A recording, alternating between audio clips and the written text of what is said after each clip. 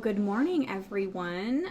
So I really hope that this is all working fine. Maybe you can just comment in the chat and let me know that you can see me and hear me and everything. We've been having some major technical difficulties this morning. I feel like what else is new around here, right? Um, but I am super glad to be with all of you today. I'm happy to get to have my coffee and share my Sunday with all of you. I hope you're all doing great. Our family is good. We actually just got over another round of COVID hitting our family, just like it's hitting everybody else right now. So, but we are now officially all healthy and out of quarantine and doing well. So I hope that all of you are as well. I know I've been hearing from lots of you who have been testing positive, and so, gosh, it's kind of rough right now. So for all of you who are feeling sick and dealing with that, just our prayers are with you, and we hope that you are feeling supported and loved. And if there's any way that we as a church can help to support you, please let us know, because we are all in this together. So this morning we are in week 3 of our series on the book of Acts, and this morning Pastor Amanda is going to be bringing the message, and we have Arlene with some worship this morning. So we're going to get into that in a minute, but just have a few announcements and things to go over with you before we do that. As usual, if you have not had a chance to fill out our Connect card, we'd love for you to do that. It's just a way for you to be able to stay up to date on everything that we have going on around here. I promise you, we're not going to bombard you with emails and spam or anything like that. We send out one email a week, and it's just a way for you to be able to get all of the details of what we have going on each week at Icon. Also, you can follow us over on social media, on Instagram or on Facebook for updates as well. And then, so a few cool things. First of all, just again, for all of you who continue to faithfully and generously give to Icon, thank you so much for being willing to share of your resources so that our church can continue. Just all of the leadership, we're super grateful, and we're all in this together, and we belong to each other, and we all know that that's how churches function, is by all of us coming together and giving what we're able, and for us to be able to continue the mission that we believe that Icon exists for. So thank you. And one special giving opportunity that we have this week is Amanda and I were talking, and I think we all know that teachers right now there's a lot of groups of people who are really going through it right now. I'm thinking of first responders, I'm thinking of our healthcare workers, I'm thinking of teachers, so many people who it has just been an impossibly hard couple of years. And so we want to be able to help, even just be a bright spot in some teachers' days. And so over the next couple of weeks, what we want to do is we want to just bless some teachers at a couple of our local schools, at Fuentes Elementary and then at the Idea School in Kyle. They're both local here in Kyle, and we just want to just get in touch with their administration and just one day just bring them some goodies, bring them some donuts and kolaches or some snacks, or we're going to kind of figure out the logistics once we get in touch with them. But we just as a church want to be able to do that. So if you want to give a little extra toward that fund, if you go to our giving page, there is a fund titled Teacher Support. And if you have a little extra and you want to be able to kind of give to that fund, you can feel free to do that. And then over the next couple of weeks, we're going to be just being a blessing to these teachers as they have just faced such an unimaginably difficult time. Okay, so then secondly, we have another really exciting thing. So there is a small group called Safe Space that our beloved Janine and Tom from Seattle have been running this Zoom Facebook or Zoom small group. I have lots of things going on in my brain this morning, so I'm having a hard time getting words out. Sometimes words are hard.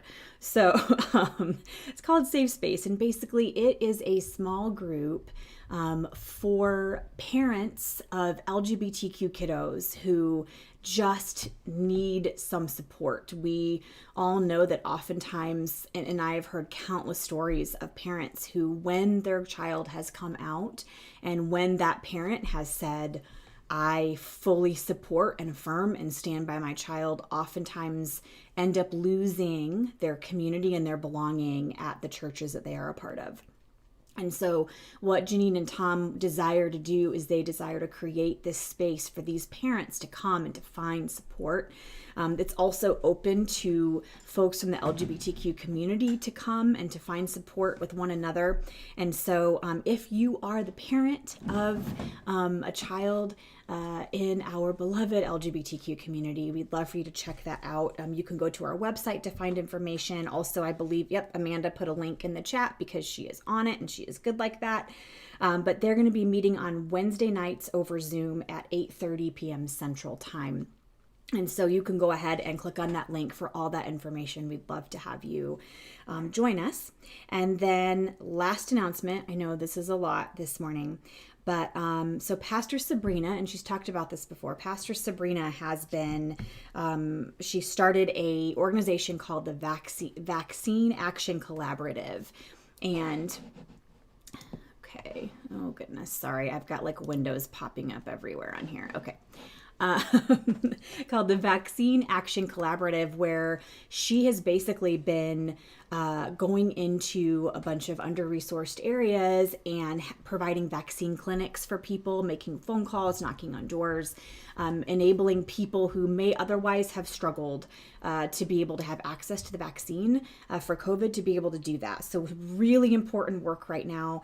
And they actually have some clinics coming up. And so if you or anyone you know needs the vaccine, you can go get the vaccine at these clinics. Or also if you would like to volunteer either at the clinics themselves, or they always need help making phone calls. So even those of you that don't live in the area could still sign up to help.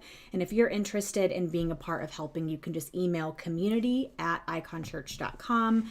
I'll have Amanda go ahead and throw that in the chat as well. And you can just send an email and let Pastor Sabrina know that you would love to be able to volunteer. So, okay. I know that was a lot. So we are going to go ahead now in a second and we are going to move into a time of worship with Arlene and then into today's message.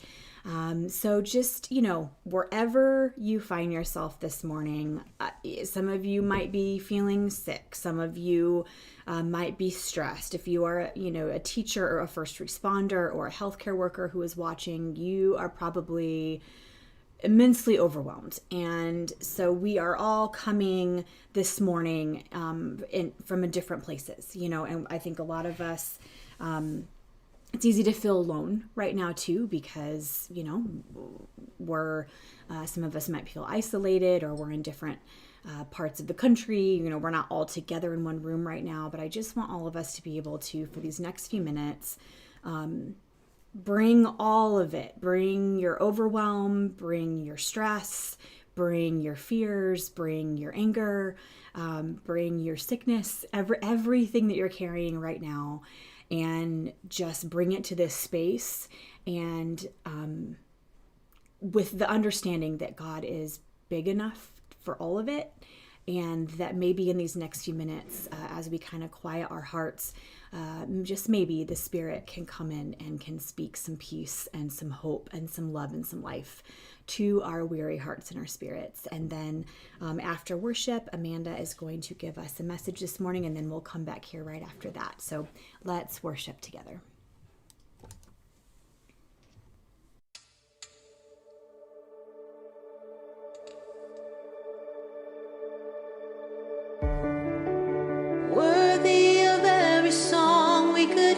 Sing, worthy of all the praise we could ever bring, worthy of every breath we could ever breathe. We live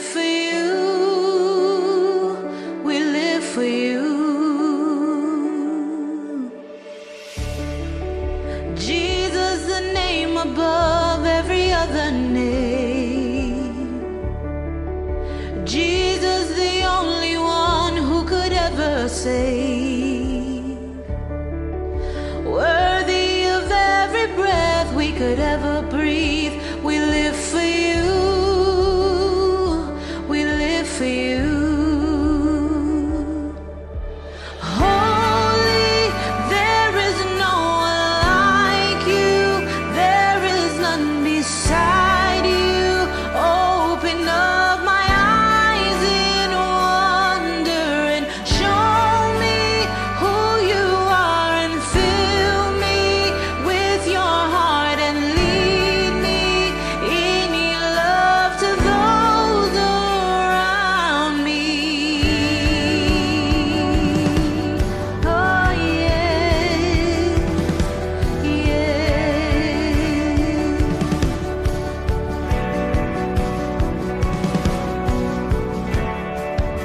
Jesus, the name above every other name. Jesus, the only one who could ever save. You're worthy of every breath we could ever breathe. We live for you. Oh, we live for you.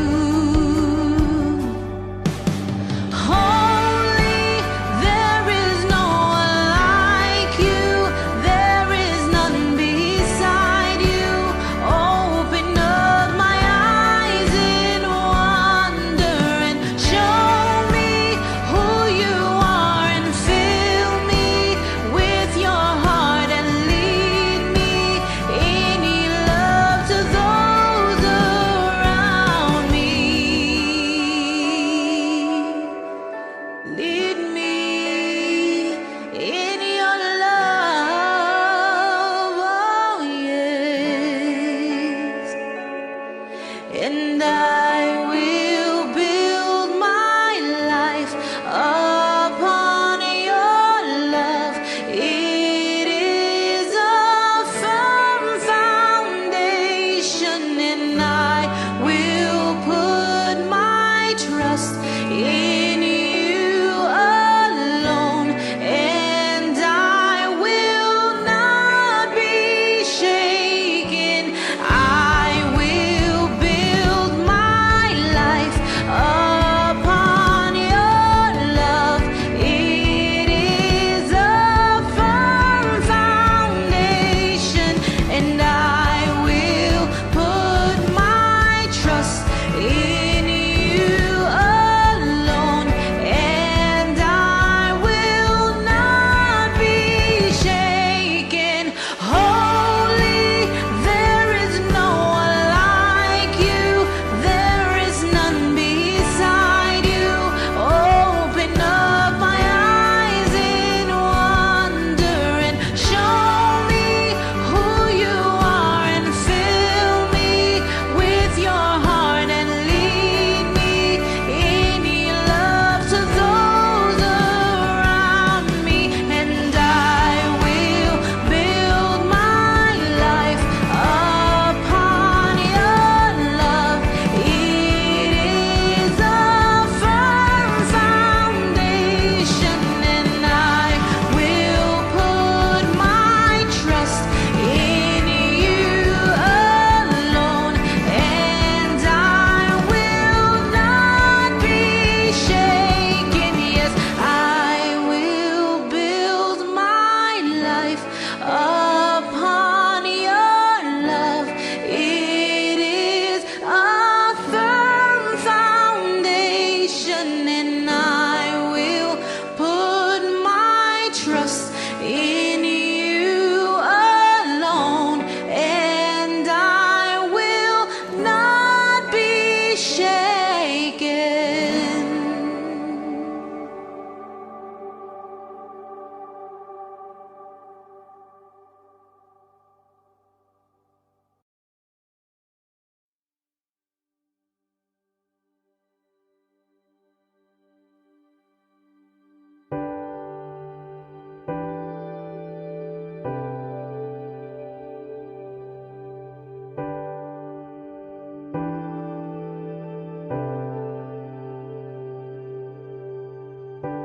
Can't go back to the beginning.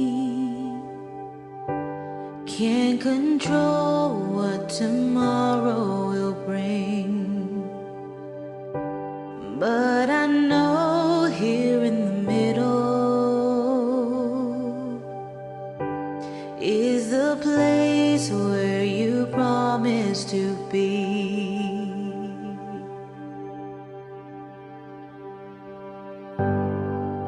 I'm not enough unless you come. Will you meet me here again? 'Cause all I want is all you are. Will you meet me here again?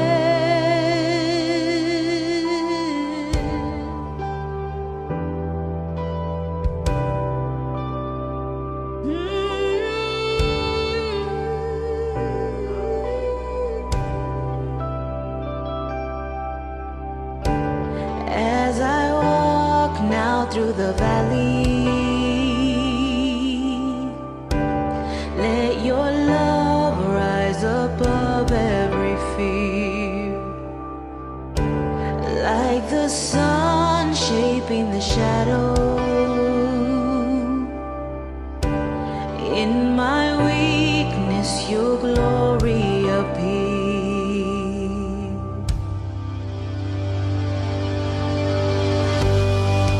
I'm not enough unless you come. Will you meet me here again? 'Cause all I want is all you are. Will you meet me here again? I'm not enough unless you come. Will you meet me here again? 'Cause all I want is all you are. Will you meet me here again?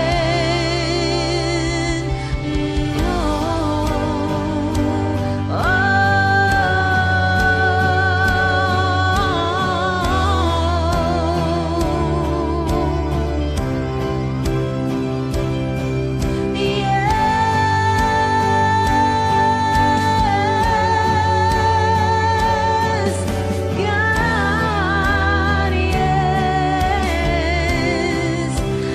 Not for a minute was I forsaken. The Lord is in this place. The Lord is in this place.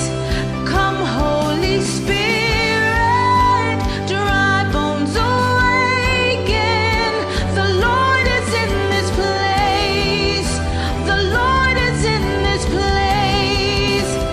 Not for a minute was I forsaken. The Lord is in this place. The Lord is in this place. Come, Holy Spirit, dry bones awaken. The Lord is in this place. The Lord is in this place.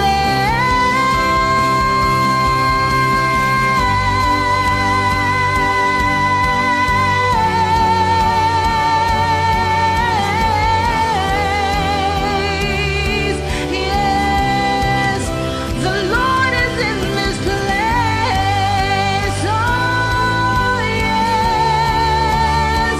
Oh,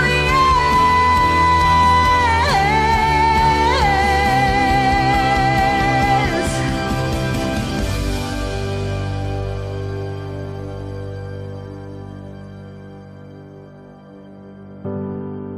I'm not enough unless you come. Will you meet me here again? 'Cause all I want is all you are. Will you meet me here again?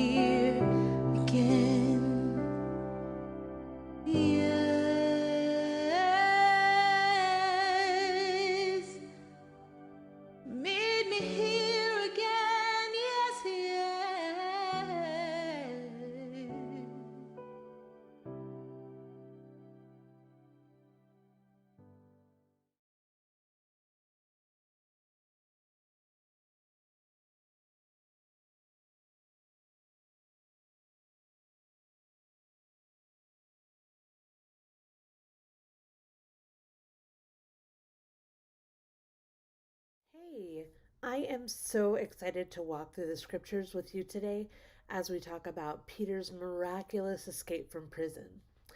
I know what you might be thinking. Isn't this very on brand for Peter? I mean, you have the time in Acts 5:17 through 29 where he was put in a public jail, and during the night, an angel of the Lord opened the doors and set him free so he could continue sharing the good news with others. I know, this seems like a little bit of rinse, wash, and repeat. But today we're actually fast forwarding to the second time that he made his great escape, and the second time that an angel of the Lord rescued him. And if I'm being honest, I think the old adage, fool me once, shame on you, fool me twice, shame on me, is very apropos here. Now, some things to note before we get into this historic tale of mysterious proportions. Number one, in this passage of scripture, the King Herod that Luke is referring to is King Herod Agrippa, the nephew of Herod Antipas and a grandson of Herod the Great. I know, a lot to keep track of. That's why we're starting with that. Now, here, King Herod is taking care of business in his own way. He wants to stop the gospel from being spread. He wants the words of the way to disappear from stories and prevent Jesus' followers from having the opportunity to change the minds of people. So he cuts, literally, to the chase by persecuting those who follow Jesus. And when I say persecuted, I don't mean asking them to stay 6 feet apart for someone's safety and health. I don't mean cancel culture or leaving a bad review on Yelp. I don't even mean refusing a large event permit during a global pandemic. None of those are actual persecution. What I'm talking about is real persecution. He literally captures the followers of Jesus and kills them in brutal ways or imprisons them in shackles to make an example of them. And that's exactly what is happening with Peter in this passage. So, around this time, the gospel is spreading and people are choosing to follow Jesus. But there's still a majority of people who refuse to believe. And what's even more astounding is that there are some people who want to follow Jesus, but find it more convenient to play politics and subdue their convictions so that they can get what they want and get what they need. Okay, so with these things in mind, let's get behind the bars of Acts chapter 12. Read along with me, okay? About that time, King Herod Agrippa began to persecute some believers in the church. He had the apostle James, John's brother, killed with a sword. When Herod saw how much this pleased the Jewish people, he also arrested Peter. This took place during the Passover celebration. Then he imprisoned him, placing him under the guard of 4 squads of 4 soldiers each. Herod intended to bring Peter out for public trial after the Passover. But while Peter was in prison, the church prayed very earnestly for him. The night before Peter was to be placed on trial, he was asleep, fastened with 2 chains between 2 soldiers. Others stood guard at the prison gate. Suddenly there was a bright light in the cell, and an angel of the Lord stood before Peter. The angel struck him on the side to awaken him and said, "Quick, get up!" And the chains fell off his wrists. Then the angel told him, "Get dressed and put on your sandals." And he did. "Now put on your coat and follow me," the angel ordered. Okay, so if you're following along, you've noticed some interesting things so far. Please note that while Peter was in prison, the church prayed very earnestly for him. This info comes in handy later in the story. Now, it's the night before Peter goes on trial, and the brother is asleep. I mean, I can't sleep the night before a big trip somewhere fun. I can't imagine sleeping the night before a trial that will most likely end your life. I would be a ball of nerves and anxiety. But here, Peter chooses peace. He chooses to trust that no matter what, he's going to trust that God will lead him through it. He doesn't care. I mean, he probably does care. But no matter what is going on, he is choosing to trust that God has got him, right? So now, he's chained between 2 soldiers, meaning If he moves even a little bit, they are going to notice. They are tied to him. And Herod did that purposely because he knew that Peter had a history of prison breaks, and he was not about to let that happen under his watch. But none, not even one of those guards, happened to notice the bright light or the angel shoving Peter. No, the angel must have put them in a deep sleep or trance or frozen time because not one of them was aware of what was happening. I mean, the angel breaks off the ironclad chains and the other guards felt nothing or heard nothing? That is so wild to me. And if you notice in the passage, the angel, not in a hurry. He doesn't just throw a holy blanket over Peter and make a run for it. He doesn't teleport Peter out of there. He tells Peter to get dressed, put on his sandals, put on his coat and belt and everything. And I don't know if you've seen very many prison break movies or shows, but that's not typically how it works. You just get out of there and hope no guards see or hear you on your way through the pipes or hidden corridors. So let's continue. So Peter left the cell following the angel, but all the time he thought it was a vision. He didn't realize it was actually happening. They passed the first and second guard posts and came to the iron gate leading to the city, and this opened for them all by itself. So they passed through and started walking down the street, and then the angel suddenly left him. You know what? I don't even blame Peter for that one. I would think it was all a vision too. I would think I must be dreaming. So the angel guides him out of prison, past the snipers or spearers or whatever they were at the time, out of the iron gate, and is like, well, my work here is done. The good news is Peter finally came to his senses. It's really true, he said. The Lord has sent his angel and saved me from Herod and from what the Jewish leaders had planned to do to me. When he realized this, he went to the home of Mary, the mother of John Mark, where many were gathered for prayer. He knocked at the door on the gate, and the servant girl named Rhoda came to open it.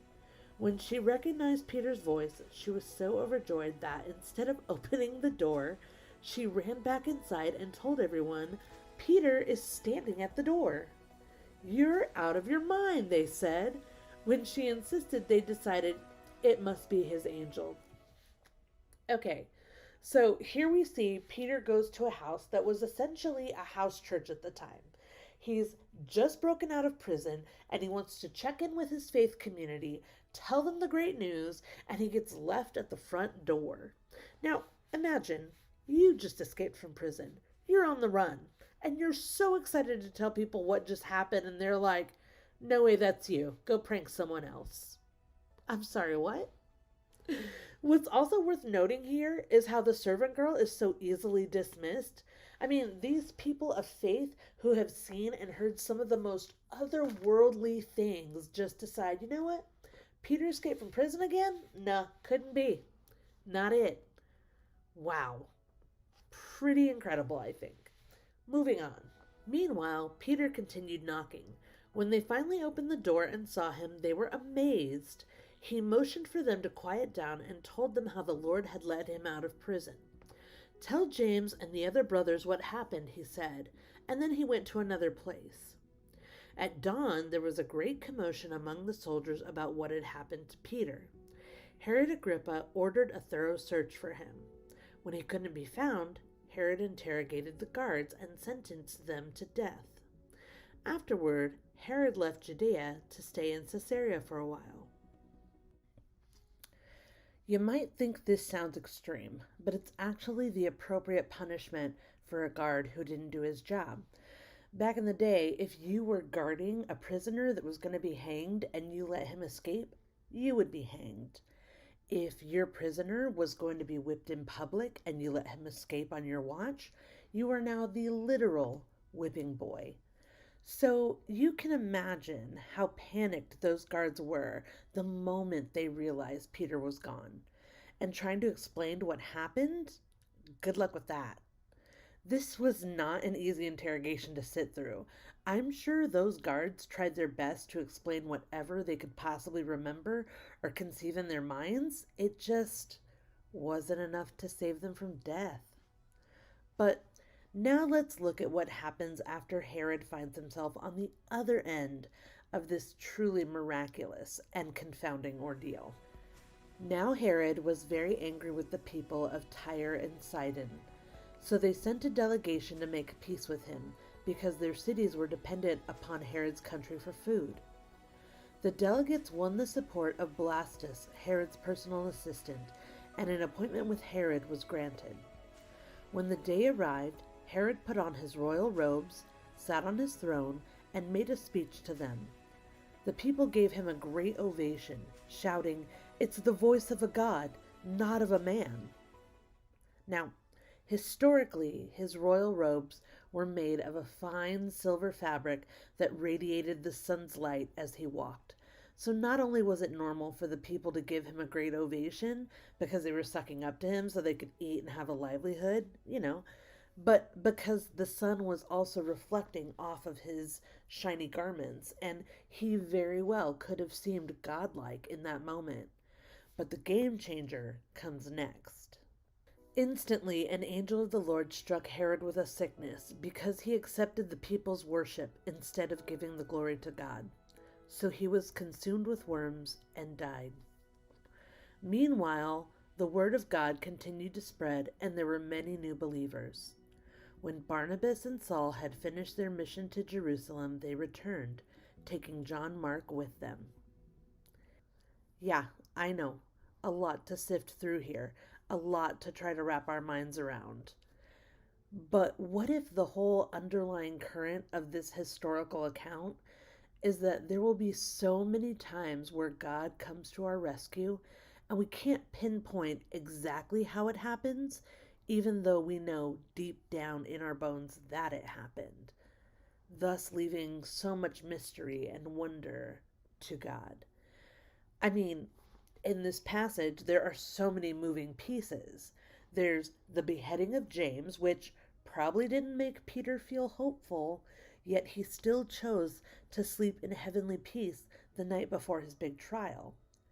Then there's the people of faith coming together, which a true miracle back in that day and time, coming together in one place at one table as a unified voice in prayer for Peter. And then the angel comes to the rescue in a radiant light, but is not seen or heard, and helps Peter escape on foot through a heavily guarded prison, and then leaves him on his own after he is delivered. What's interesting to me here, though, is what happens after that freedom, that liberation, that rescue. Peter doesn't just keep running away. He doesn't wipe the sweat off his brow and buy a hat to hide under. He goes to the very people who had been praying for him, and he waits, and he waits, and he waits at the door, just to tell them that God has heard their prayers and that God has answered their prayers. And this reminded me of so many times in my own life when God has done great things, big and small, providing me with an amazing job during a national recession, surrounding me with doctors and a faith community that became family to me and helped me make my way back to a fully functioning human being when I was near death's door, giving me the courage to break free from the ironclad chains of toxic patriarchal church leadership structure and moving me down here where I found a church that lives and loves like Jesus did. Giving me the opportunity and grace and wisdom to become the legal guardian of my beautiful nieces. All those miracles, all those rescues, all those ways out. I want to choose what Peter chose. I want to share the good news on the other side of a second chance. I want to let people know that freedom is possible. I want to let those that are truly oppressed know that they are not forgotten, they are not unseen, and they are not hopeless. But Peter's not the only one who made a choice after the Great Escape. His faith community, they had a choice to make too when faced with the miraculous. They chose doubt, which, I mean, yeah, all this seems so out of this world, so preposterous, so I get it. But it's worth noting that they chose doubt until they could fully see the reality on the other side of the door. So when Rhoda came to tell them the good news, they couldn't believe that God would actually answer their prayers. They didn't believe that God could have done something so outrageous, so bold, so miraculous until the moment that they finally opened that door and opened their eyes to see just how good God is.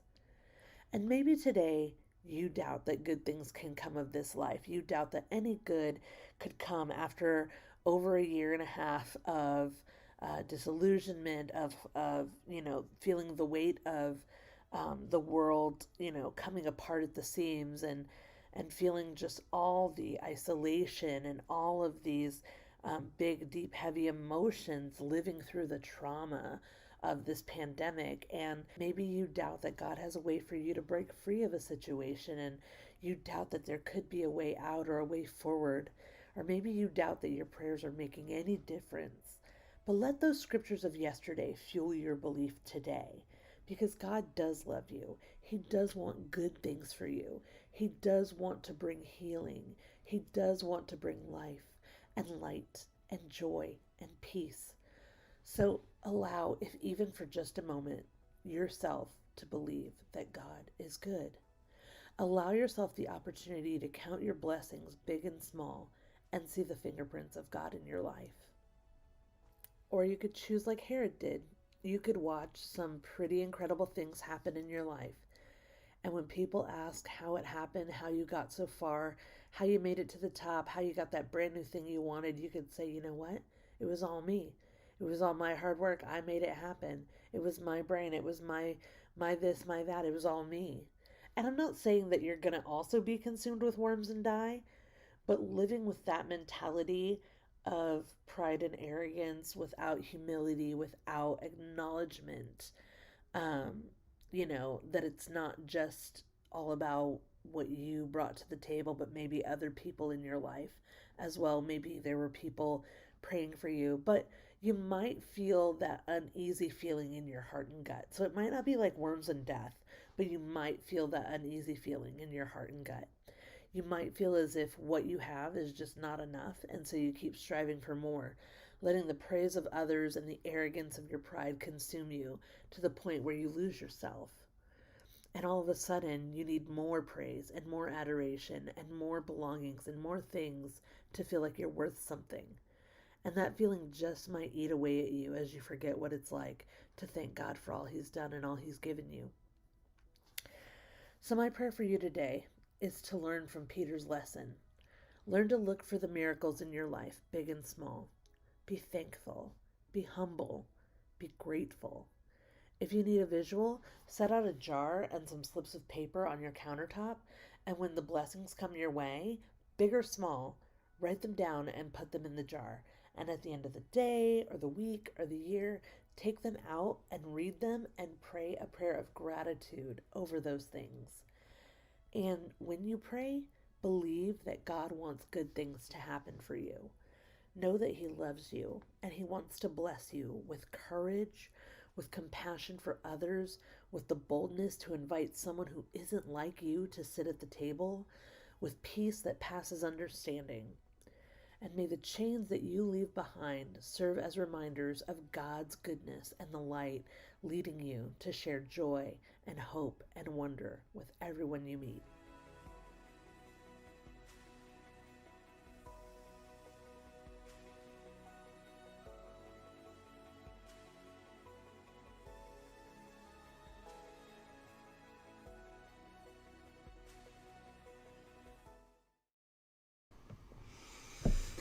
Oh, thank you so much, Amanda, for that message. I think it's such an important reminder for all of us, just a hopeful reminder that God is all about rescue, and that doesn't always look the way that we plan or that we think it should, but that is the Spirit is in the business of liberating us, you know, and in the same way that the Spirit liberated Peter from prison, the Spirit is still doing that for us today. The Spirit is liberating us and setting us free from the prisons we put ourselves in, from the prisons that other people forcibly put us in. And I just think it was, I needed that reminder, that hopefulness, you know, because it's so easy to get bogged down with the weight of everything being so heavy. Just a reminder that the Spirit is in the business of rescue and liberation. And that's just a good thing for us to hold on to today as we go out into our week. And so yeah, I hope that you all had a good, meaningful morning with us today. It's so great just even seeing all of you in the comments, and just as worship was going and even during the message, I just felt this incredible just sense of such love and care for all of you, and just gratefulness. I'm just so grateful to be in community with all of you as we figure out moving forward in this wild world, how to love one another well, and how to continue being light and being a people who, you know, yes, we are, you know, being rescued by the Spirit in a lot of ways, but then how we can also take that rescue and that liberation to others. And so I just love you all so much. If you know, when we're not all together in the same room, sometimes it's easy for us to not know what everyone's going through. So feel free to send an email, send a text message on social media. Let us know if there is any way that we can support you and be there for you. We want to do that. So I love you all so much. I hope you have a fantastic Sunday and a great rest of your week. And we will see you right back here next Sunday. Love y'all. Go in peace.